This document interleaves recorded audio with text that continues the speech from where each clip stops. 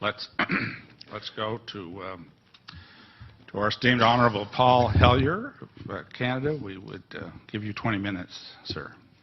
Thank you very much, Mr. Chair, and thank you for giving me this opportunity to speak.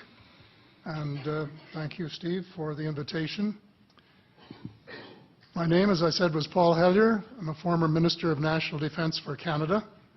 I served in 3 governments during a total of 23.5 years as a Member of Parliament.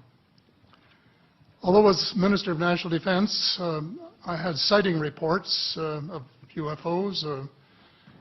I was too busy to be concerned about them at the time because I was trying to unify the Army, Navy and Air Force into a single Canadian Defence Force. And that itself was a kind of battle to the finish. So this was not high on my agenda. But about 10 years ago, I started getting interested due to a young man from Ottawa sending me material on the subject. I told him I was too busy to read it, but he had confidence that someday I would. He sent me a copy of Colonel Corso's book, The Day After Roswell. It took me a while to get around to reading it, but I took it for my summer reading in 2005 and was really impressed with what was contained in it. And what I thought to myself is there are huge issues here, huge issues. And the American people and the people of the world have a right to know what's going on because they're part of it. It's not just an isolated thing. And so after confirming the contents of the book with a retired United States Air Force general, I accepted the invitation of Victor Vigiani, who's over here somewhere, and his cohort, Mike Bird, to speak to a symposium at the University of Toronto. And I said, UFOs are as real as the airplanes flying overhead.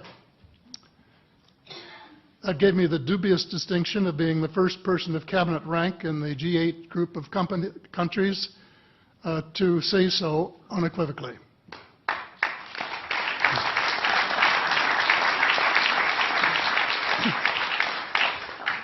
Since then, I've learned a lot from many sources, including a number of the fantastic witnesses that we have heard these last 4 days. They were so outstanding, I was just really blown away with them, the amount of information that was available. And I appreciate every single one of them. But because I'm not a ufologist, I'm a politician, there are only a few things that I want to add in that particular realm.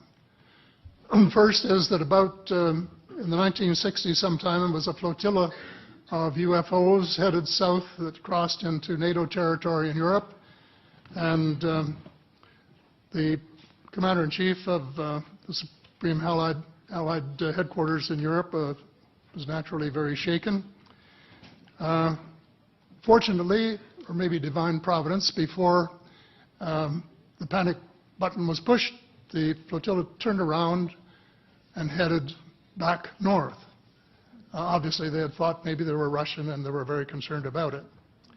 Anyway, an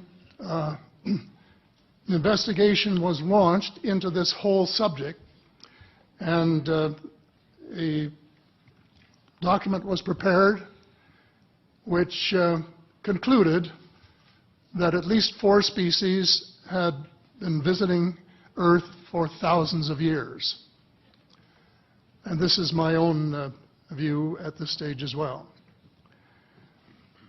So, except for that, there are just a couple of things that we've talked about that I'd like to refer to.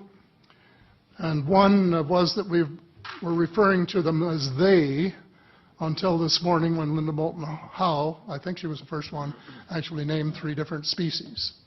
I have brought my latest book called Light at the End of the Tunnel, A Survival Plan for the Human Species, as an aide-memoire, and I name 5 different species here. I'm aware of more now. As a matter of fact, I saw a document just a few days ago that mentioned 20. And I think you, Mr. Chairman, were interested in some of the places they might come from. And I have in here Zeta Reticuli, R-E-T-I-C-U-L-I, Reticuli, the Pleiades, Orion, Andromeda, and the Altair star systems. So I don't think we can any more refer to them as they, because they're not an amorphous mass.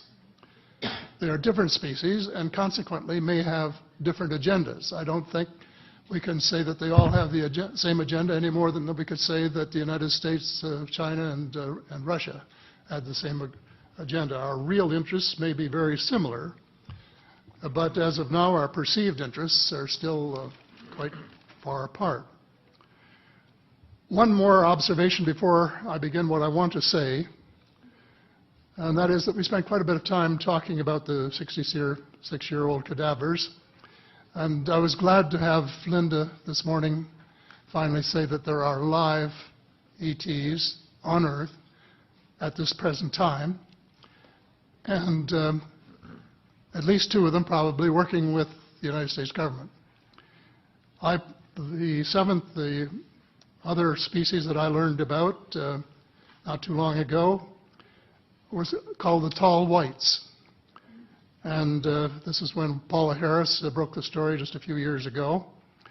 And through her good offices, I had the chance to talk for about 3 hours with former Airman Charles Hall and listen to this absolutely fascinating story of how he was working with, first of all, he was scared out of his skin, but after that, when he got to know them, how he was working with, and finally they became to trust each other and have a good working relationship with the tall whites at the gunnery range at Indian Springs in Nevada. And these tall whites were living on United States Air Force property and working in cooperation with the United States Air Force and sharing technology with them. He wrote a book, incidentally, called Millennial Hospitality.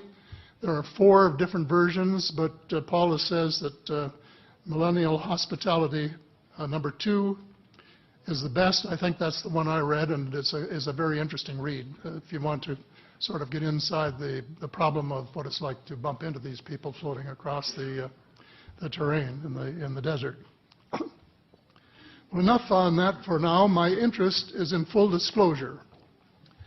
And my only caveat is I think probably I would say 95 to 98% full disclosure. I know of 1 or 2 things that I'm not sure should be in the public domain, at least yet. They will be someday, I'm sure, but not maybe immediately. But just as children survive the idea of the Tooth Fairy and Santa Claus when they become adult, I think that tax-paying citizens are quite capable of accepting the new and broader reality that we live in a cosmos teeming with life of various sorts. The fact that some other civilizations are more advanced than we are may be humbling, but that could be a necessary step in our survival.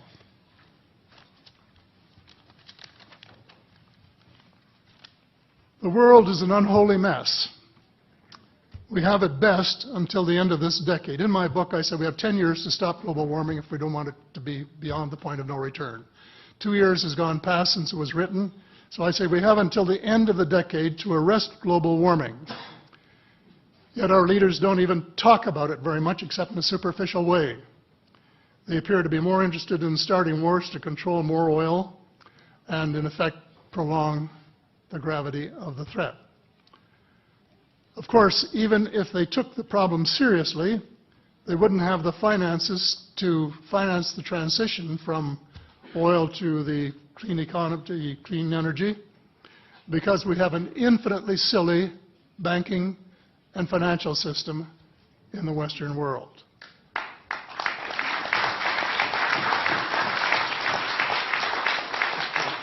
And the United States Congress, I regret to say, is partly responsible, and I'd be glad to elaborate on that later if you're interested.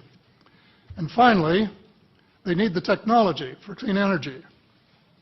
And it exists, and it's being kept secret by the same vested interests who control our destiny. Who are these vested interests, and what are they up to? Well, Senator, you were talking about a military junta. In my opinion, that is true, but I have broadened and deepened the definition to cabal, and the cabal comprises members of the Three Sisters: the Council on Foreign Relations, the Bilderbergers and the Trilateral Commission, the International Banking Cartel, the Oil Cartel, members of various intelligence organizations, and select members of the military junta, who together have become a shadow government of not only the United States, but of much of the Western world. The Council on Foreign Relations is the oldest of the Three Sisters, and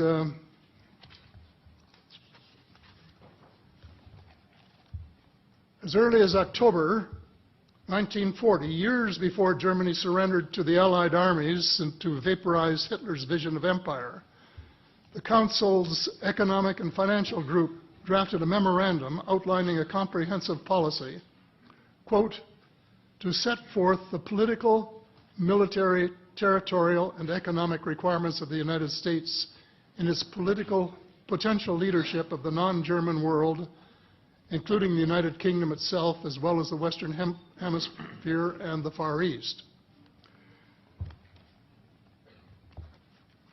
The Council made absolutely no effort to disguise,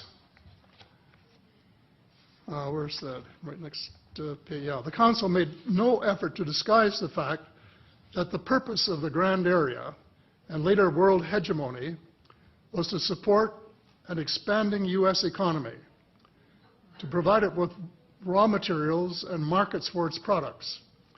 This was labeled the national interest, quote unquote. It was equally clear that the national interest was the interest of the ruling elite, whose members comprised the Council. The real interests of the majority of rank-and-file Americans was never a factor in the equation. So,